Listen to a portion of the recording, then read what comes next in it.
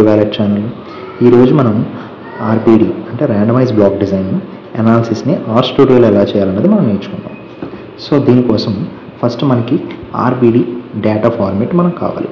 దానికోసం మనం ఏం చేయాలంటే ఫస్ట్ మన దగ్గర ఉన్న డేటా ఉంటుంది కదా, ఆ డేటాని ఆర్బిడి ఫార్మేట్ అంటే మనం ఆర్ స్టూడియోలో ఏ విధంగా ఇన్పుట్ ఇస్తామో ఆ ఫార్మేట్లో మనం డేటాని ఎక్సెల్ షీట్లో ప్రిపేర్ చేసుకోవాలి.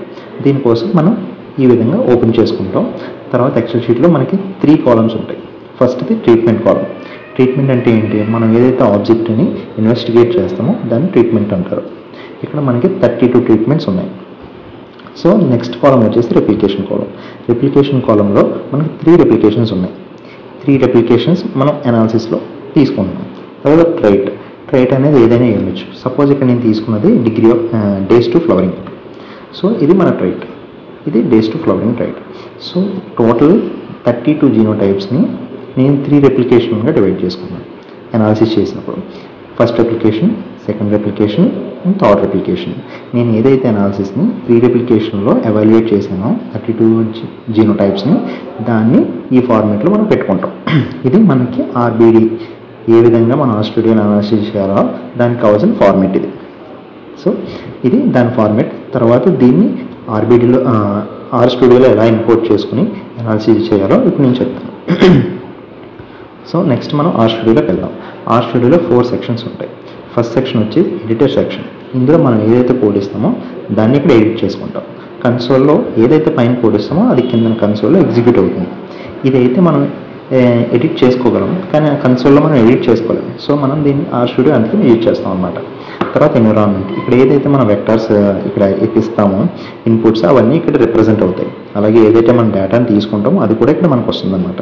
ఈ కిందన వచ్చేసి ఇందులో మన రిజల్ట్స్ కానీ ఫైల్స్ ఏవైతే మనం వర్కింగ్ డైరెక్టరీలో ఫైల్స్ కానీ సిస్టంలో ఫైల్స్ కానీ ఇక్కడ మనం ఓపెన్ చేసుకోవచ్చు. ప్లాట్స్ మనం ఇక్కడ ఏదైతే ప్లాట్స్ని డ్రా చేస్తామో అది ఇక్కడ వస్తుంది, రన్ చేసిన ప్లాట్స్. అలాగే ప్యాకేజెస్, ఆర్ స్టూడియోలో ఏవైతే ప్యాకేజెస్ ఉన్నాయో అవన్నీ ఇక్కడ వస్తాయి. ఇక్కడ లేని ప్యాకేజెస్ని మనం ఇన్స్టాల్ ఉంది కదా, ఇన్స్టాల్ క్లిక్ చేసి ఇక్కడ మనకు కావాల్సిన ప్యాకేజ్ని టైప్ చేసుకుని ఇన్స్టాల్ నొక్కితే ఆ ప్యాకేజ్ ఇన్స్టాల్ అవుతుంది మన సిస్టంలో. అది ఇక్కడ మనకు కనిపిస్తుంది. తర్వాత హెల్ప్ సెక్షన్. మనకి ఏదైనా అర్థం కాకపోతే మనం హెల్ప్ సెక్షన్లో మనం చూడవచ్చు. తర్వాత వ్యూవర్. ఇంక ఈ విధంగా మనకి చాలా ఆప్షన్స్ అయితే ఇందులో మనకి కనిపిస్తూ ఉంటాయి. ఫస్ట్ ఆఫ్ ఆల్ మనం వర్కింగ్ డైరెక్టరీని సెర్చ్ చేసుకోవాలి.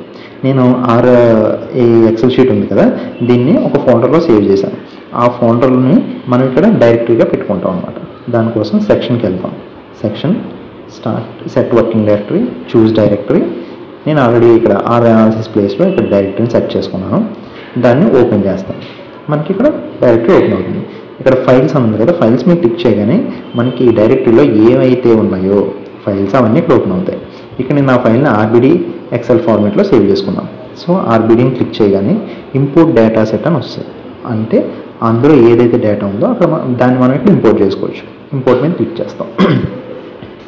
ఇంపోర్ట్ మీద క్లిక్ చేయగానే మనకి అక్కడ డేటా మనం సేవ్ చేసాం కదా ఆర్బిడి అనాలిసిస్కి, అది మనకి ఇక్కడ ఓపెన్ అవుతుంది. ఫస్ట్ ట్రీట్మెంట్ కాలం, దెన్ రెప్లికేషన్ కాలం, థర్డ్ వచ్చేసి ట్రైట్ అంటే మన డేస్ ఫ్లోరింగ్ మన ఉంది కదా, అది ట్రైట్ కాలం అనమాట.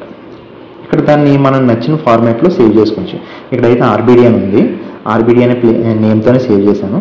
మనము దాన్ని లోపల వేరే నేమ్తో కూడా సేవ్ చేసుకోవచ్చు. సో దీన్ని ఇంపోర్ట్ చేస్తాను. ఇంపోర్ట్ చేయగానే మనకి అది చెప్పాను కదా ఇందాక మనం ఏదైతే డేటాని ఇంపోర్ట్ చేసుకుంటామో అదంతా ఎన్విరాన్మెంట్లో చూపిస్తుంది. సో నేను ఇక్కడ రిమైనింగ్ అన్నీ క్లియర్ చేసేస్తున్నాను, ఓన్లీ ఇది మాత్రం ఉంచుతాను. సో ఇది మన డేటా. ఇది మనం కోడ్ని రన్ చేస్తాం. అది మనకి ఇక్కడ ఎగ్జిక్యూట్ అవుతుంది. రిజల్టెడ్ ఫైల్ మనకి ఇక్కడ వస్తుంది. సో ఇక్కడ మనం చూసుకుంటే ఫస్ట్ ఆర్బిడి అనాలిసిస్కి మనకు కావాల్సిన కోడ్స్ ఏంటి అనేది. ఫస్ట్ ఆఫ్ ఆల్ మన డేటాని చూద్దాం ఒకసారి. డేటాని మనం డేటా అనే నేమ్తో సేవ్ చేసుకుందాం. Data is equal to RBD కదా మన డేటా. సో దాన్ని డేటా అనే నేమ్తో సేవ్ చేసుకుందాం. దీన్ని రన్ అని కొట్టగానే మనకు ఆ ఫార్మాట్లో డేటా సేవ్ అయిపోతుంది. డేటా ఈక్వల్ టు సేమ్ వచ్చింది కదా. సో మన డేటా ఇది. మన డేటా స్ట్రక్చర్ ఏ విధంగా ఉందో మనం చూద్దాం. దాని స్ట్రక్చర్ కోసం STR అని టైప్ చేద్దాం. టైప్ చేసి దాని లోపల డేటా అని సేవ్ చేసి కొడితే మనకి ఈ విధంగా ఓపెన్ అవుతుంది. మనము దీన్ని మళ్ళీ ఎగ్జిక్యూట్ చేద్దాం, రన్ చేద్దాం. సో మన డేటాలో ట్రీట్మెంట్స్ ఉన్నాయి, రెప్లికేషన్స్, ట్రైట్ సరిపోయిందిగా. బట్ ఏంటంటే ఇక్కడ మనకు రెప్లికేషన్ అనేది న్యూమరికల్ ఫార్మేట్లో ఉంది. మనకు కావాల్సిన ఫ్యాక్టర్ సో వీటిని ట్రీట్మెంట్స్ అండ్ రెప్లికేషన్ మనం ఫ్యాక్టర్స్ ఫార్మేట్లో కన్వర్ట్ చేసుకున్నాం. దానికోసం ఏంటంటే మనం సేమ్ నేమ్తోనే వాటిని ఫ్యాక్టర్ కింద సేవ్ చేసి కన్వర్ట్ చేసుకున్నాం. సో దానికోసం మనకి డేటా ఫార్మేట్లో డాలర్ సింబల్ కొట్టగానే మన డేటాలో ఏవైతే కాలమ్స్ అనేవి ఓపెన్ అవుతున్నాయి. ఫస్ట్ ట్రీట్మెంట్ని మనం ఫ్యాక్టర్ ఫార్మేట్లో సేవ్ చేసుకున్నాం. యాజ్ డాట్ ఫ్యాక్టర్ అని టైప్ చేస్తాం. యాజ్ డాట్ ఫ్యాక్టర్ మనం ఏంటి ఫ్యాక్టర్ కన్వర్ట్ చేసుకుందాం అనుకుంటున్నాం, డేటాలో మనకున్న ట్రీట్మెంట్స్ని కన్వర్ట్ చేసుకుందాం. దీన్ని రన్ చేద్దాం. ఒకటి కన్వర్ట్ అయింది. తర్వాత ఇంకోటి రెప్లికేషన్ని కూడా మనం యాజ్ డాట్ ఫ్యాక్టర్ అంటే ఫ్యాక్టర్ ఫార్మేట్లో సేవ్ చేసుకుందాం అనుకుంటున్నాం.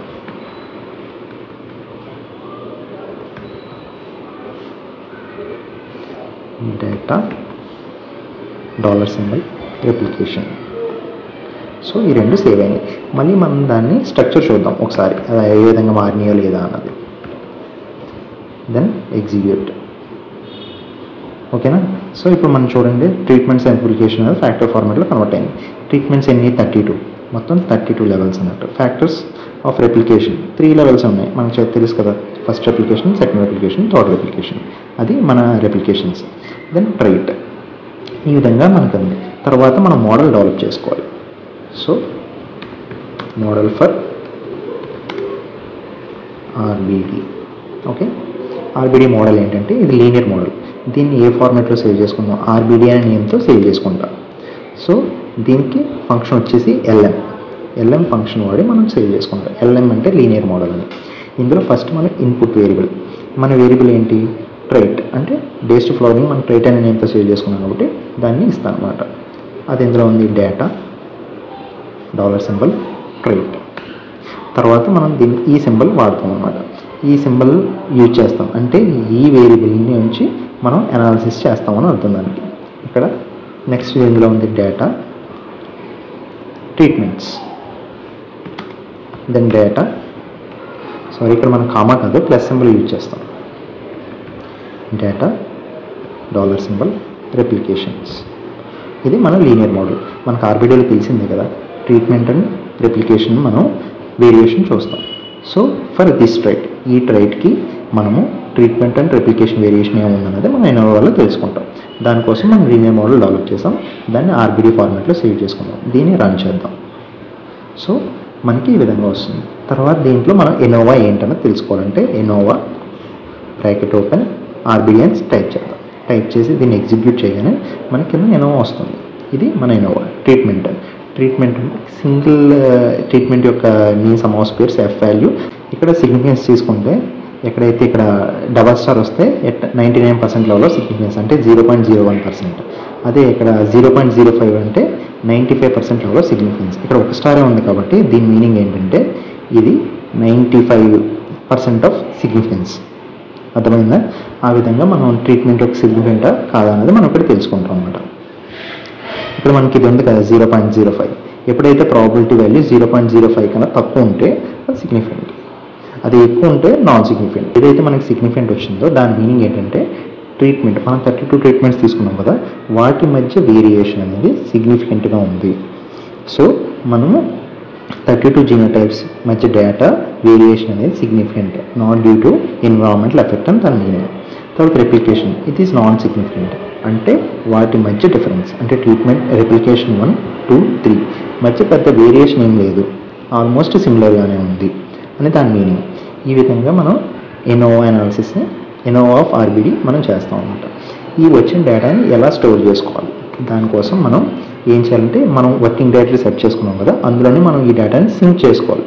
దానికోసం సింక్ అని టైప్ చేసి మనం ఈ డేటాని ఏ పేరుతో సింక్ చేద్దాం అనుకుంటున్నాం. నేను ఆర్బిడి అనే పేరుతోనే ఆర్బిడి దీన్ని ఇన్వర్టెడ్ కామర్స్లో పెట్టుకుంటాం.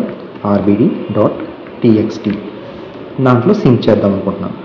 సింక్ చేసాం ఆర్బిడి పేరులో, కానీ దాంట్లో ఏం కావాలి మనకి ఎనోవా ఆఫ్ ఆర్బిడి కావాలి. So print ANOVA of RBD print తీసుకుంటాం. తర్వాత సింక్ని క్లోజ్ చేసేస్తాం. అంటే దానికి మనం జస్ట్ సింక్ అని టైప్ చేసి జస్ట్ ఎంటర్ కంట్రోల్ ఎంటర్ కొడితే సరిపోతుంది. కంట్రోల్ ఎంటర్ అన్నా రన్ అన్నా ఒకటే. మనం అలవాటు అయితే కంట్రోల్ ఎంటర్ ఈజీగా మనం చేసేసుకోవచ్చు. అంటే ఇప్పుడు మనకి అది సేవ్ అయిపోతుంది. ఈ సేవ్ అయిపోయిన డేటాని నేను ఇక్కడ చూపిస్తాను. ఇక్కడ చూడండి, ఆర్బీడీలో మనకి సేవ్ అయిన డేటా వచ్చింది. సో మనకి అక్కడ వచ్చిన రిజల్ట్స్ ఇక్కడ వచ్చిందన్నమాట. అది ఈ విధంగా మనం ఆర్బీడీలో అనాలిసిస్ చేసుకుంటాం. ఎక్సెల్ షీట్లో ఎలాగన్నది ఎక్సెల్ షీట్లో కూడా మనం చేసుకోవచ్చు. మనకి కాకపోతే ఎక్సెల్ షీట్లో మనం ఫార్ములాస్ అన్నీ మనమే టైప్ చేసుకోవాలి. ఇక్కడ ఫార్ములాస్ అన్నీ, ప్రతిదానికి ఫార్ములాస్ ఉంటాయి, అవన్నీ మనం ఎగ్జిక్యూట్ చేసుకోవాలి ఎక్సెల్ షీట్లో. కాకపోతే దీంట్లో ప్లస్ పాయింట్ ఏంటంటే మనం ఇక్కడ ఏదైనా చిన్న చేంజెస్ చేసినా, ఇక్కడ 35 ఉంది కదా, సపోజ్ 60 అని పెట్టాము, వెంటనే ఇక్కడ రిజల్ట్స్ మనకి చేంజ్ అయిపోతూ ఉంటాయి. ఆ విధంగా మనకి ఎక్సెల్ షీట్ ఉపయోగపడుతుంది. బట్ ఆర్ స్టూడియోలో ఏంటంటే మనం ప్రతిసారి మనం డేటాని ఇక్కడ చేంజ్ చేసుకున్న దాన్ని సేవ్ చేసుకుని మళ్ళీ ఇంపోర్ట్ చేసుకోవాలి. అది అక్కడ మనకి minus point. But large amount of డేటాని అనాలిసిస్ చేయాలన్నప్పుడు, డిఫరెంట్ కాంప్లికేటెడ్ అనాలిసిస్ ఉన్నప్పుడు ఎక్సెల్ షీట్లో మనం చేయలేం, అంత పెద్ద కాంప్లికేటెడ్ ఫార్ములాస్ మనం వేయలేం. సో దానికోసం మనం ఆర్ స్టూడియో మనకి చాలా హెల్ప్ అవుతుంది. ఆర్ స్టూడియోలో అన్ని అనాలిసిస్లో మనం చేయొచ్చు. బట్ దానికి సంబంధించిన ప్యాకేజెస్ని మనము డౌన్లోడ్ చేసుకోవాలి. అది మనకి ఇంపార్టెంట్. ఏ ప్యాకేజ్లో మనం ఏం చేస్తాం అన్నది ఇంపార్టెంట్. ఎవరైనా కావాలనుకుంటే ఈ కోడ్ని నేను డిస్క్రిప్షన్లో మెన్షన్ చేస్తాను. You can use that. Thank you. That's all for today.